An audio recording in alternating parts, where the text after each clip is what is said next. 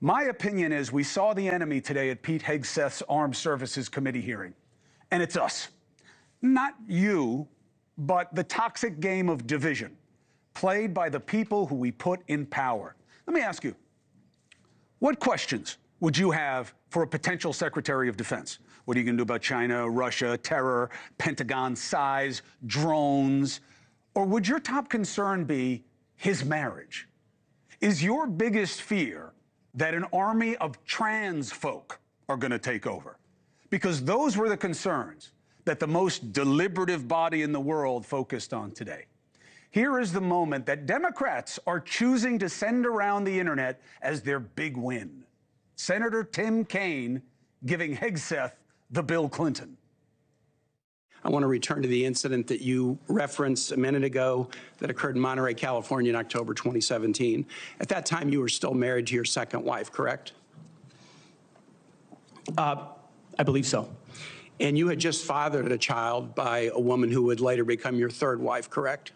Senator, I was falsely charged, fully investigated, and completely cleared.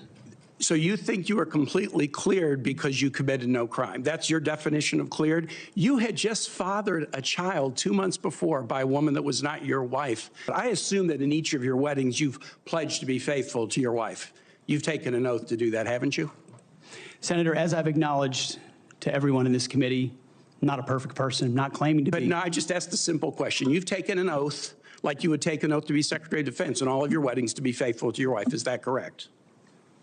I have failed in things in my life, and thankfully I'm redeemed by my Lord and Savior, Jesus Christ. So because of his marriage, he can't be trusted with the oath of office? 2 points of disgust. How many people on that committee, how many in Congress could pass the Kaine test that you can't honor an oath to serve if you've ever been unfaithful? Kaine may be sitting in that room alone. Who cares when we are talking about being the top warrior, not our pastor? I'll tell you who agreed with me once about this. Tim Kaine. He supported Bill Clinton for president. He didn't say he couldn't serve, despite all he knew about his peccadillos. He still backed him. Why? Is president not as important an oath? So what changed? You know, a bipartisan National Security Commission found we are not ready for war with China or Russia. Did you know that? They suggested our technology and our inventory are a question mark. Recruitment across the armed services, weak. Cyber attacks, crushing us. Increasingly, Trump hinting he wants to pull out of Syria and other areas in the region. All these big things flying around, including over military bases. No one can explain it. And this guy, who has never led anything like a federal agency, is up for a job over the biggest war machine in the world that is one of the largest employers in the federal government. And Tim Kaine wants to talk to him to exhaustion about his marriage. None of the things that I just mentioned in any depth. That matters more than what he's going to do with half the money America lays out in discretionary spending? And even when the Democrats were on a legitimate issue like encouraging women to enlist, and Hegseth had said they should not be in certain combat roles, seems to have shifted now. But the Democrats still couldn't get past the gotcha and kept asking the same gotcha. You said, and I quote, "I'm straight up saying that we should not have women in combat roles. It hasn't made us more effective." When I'm talking about that issue, it's not about the capabilities of men and women, it's about standards. We have hundreds of women who are currently in the infantry, lethal members of our military serving in the infantry, but you degrade them. My critiques, Senator, recently and in the past, and from personal experience, have been instances where I've seen standards lowered, driven decision-making. I'm quoting you from the podcast. Women shouldn't be in combat at all. Where is the reference to standards that they should be there if they can carry, if they can run?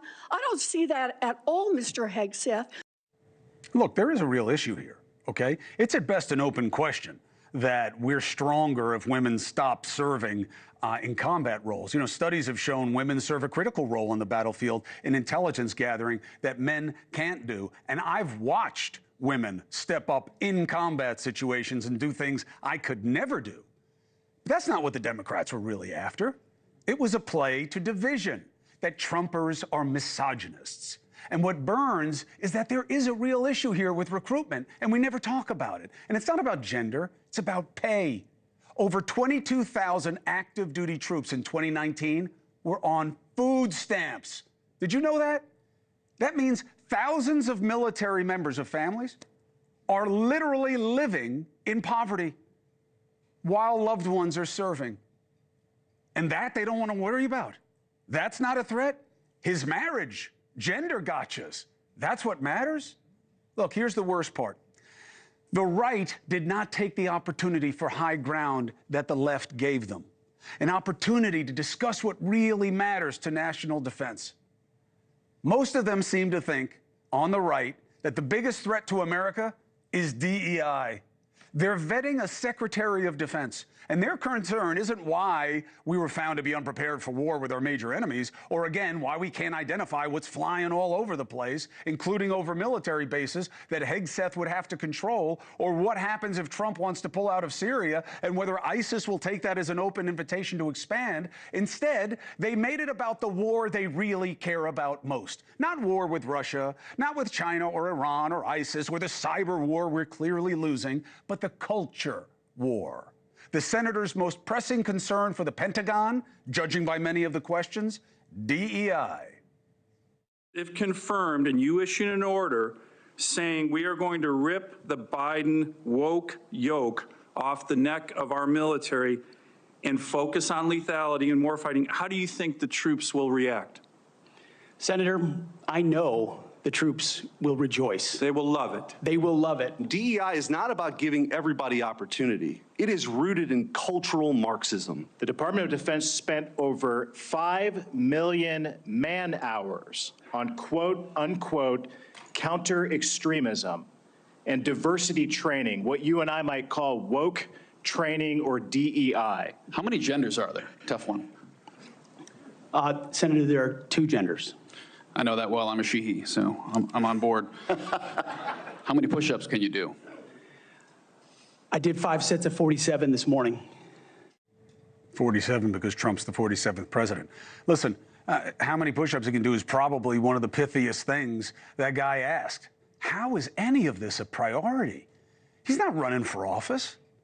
Now, their best hook on DEI was spending $80 million on DEI programs in 2023. You can feel whatever way you want about that. It's a big number, unless you compare it to the overall Pentagon budget of over $800 billion. So their focus is on 0.01% of the Pentagon budget? That's the question? If the Democrats wanted to show that Hegseth isn't qualified, they failed. And not because of his answers, but because of their questions. And Republicans did Hegseth no favors either by clearly making him a pawn culture warrior. Hegseth, fairly appraised, is a massive question mark for this position. And he did not really explain his understanding or philosophy or any sophisticated sense of strategies for the agency, again, that employs more people than just about anything else in the federal government. And yet, Hegseth handled himself better today than most of the people questioning him. In a hearing that was about his ability to honor an oath to serve, the Senate committee showed they could not live up to their own oath. The enemy is the inclination that was on ugly and obvious display today. I keep telling you this, and I keep pointing it out because nothing frightens me and disgusts me more than these two parties and their damnable game of petty division, no matter what else is at stake. They're talking about who is going to protect us at the top of the Pentagon, and these are the things that they thought mattered most. We have to do better. Hey, thanks for watching. Go to joinnn.com to find NewsNation on your screen. And don't forget, click the red subscribe button below to get more of NewsNation's fact-driven, unbiased coverage.